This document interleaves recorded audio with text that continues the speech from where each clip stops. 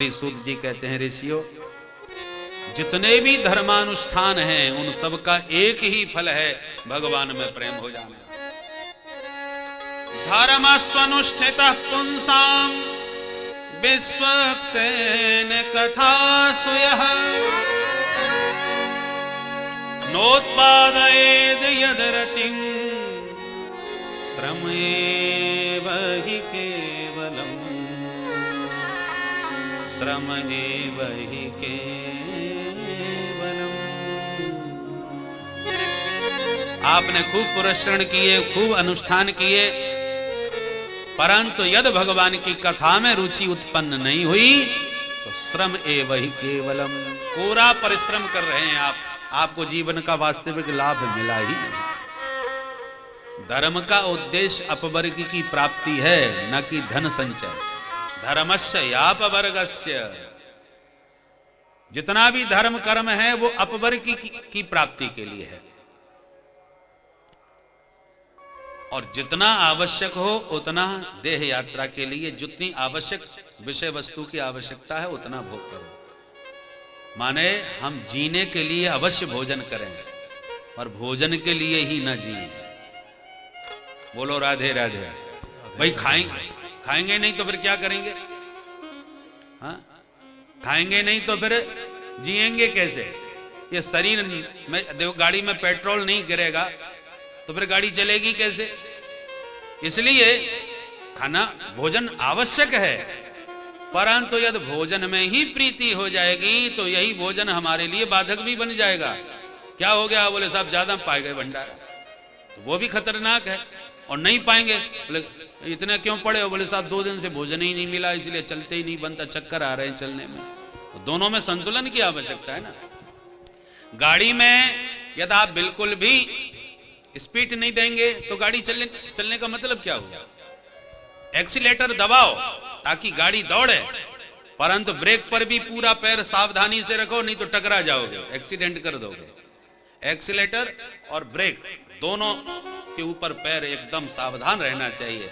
गाड़ी दौड़े भी और जहां गड़बड़ हो तो तुरंत ब्रेक भी लगाने में हमें सजग रहना चाहिए। जीवन संतुलन का नाम है।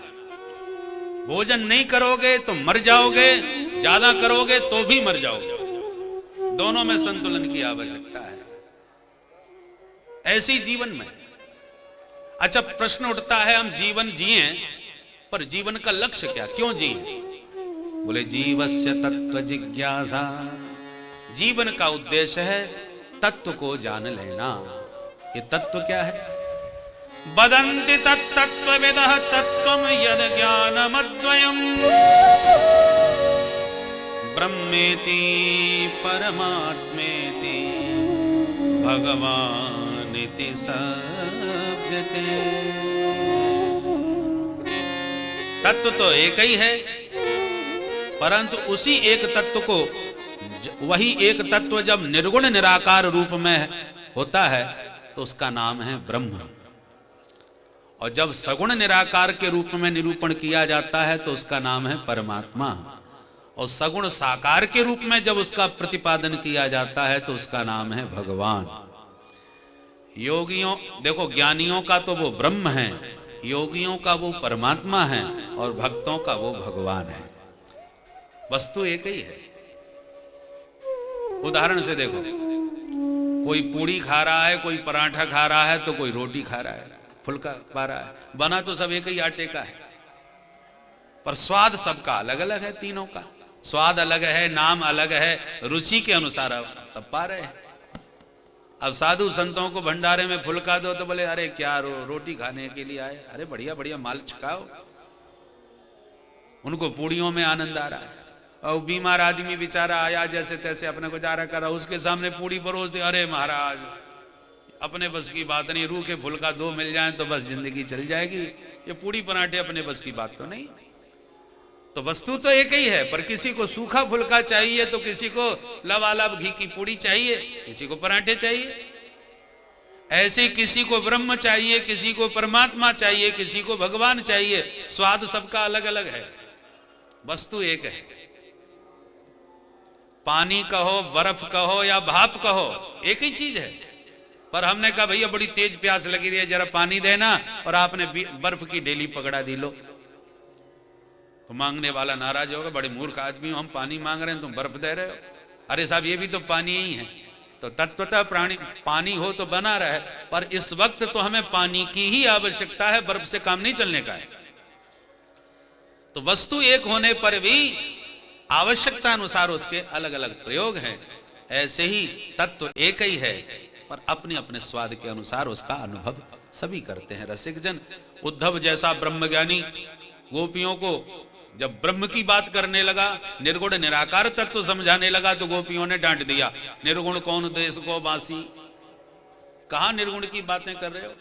क्योंकि अखियां हरि दर्शन की प्यासी, जहां रूप माधुरी माधव की नयनों में बसी हो, और ऐसे रसिक रूप के ललचाए नयनों को तुम ब्रह्म का प्रवचन सुना करके संतुष्टि देना चाहो तो बात नहीं बनेगी वहां पर। इसलिए सबका स्वाद अलग अलग है, सभी के रसिक अलग अलग है।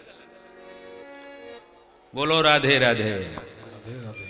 उस तत्व का बोध होने से होगा क्या? भिद्यते हृदय ग्रंथि छिद्यन्ते सर्व संशया क्षीयन्ते चास्य कर्माणि दृष्ट एवात्मनीश्वरे। उस परम तत्व का बोध होते ही हृदय की सारी ग्रंथियां खुल जाएंगी, संशय भ्रम संदेह सब मिट जाएंगे, और जितने भी कर्म के बंधन हैं वो सब कर्म बंधन खुल जाएंगे। क्षीयन्ते चास्य कर्माणि माने संचित। तो सभी का अपना अपना रस है, अपने अपने रस में आनंद लें।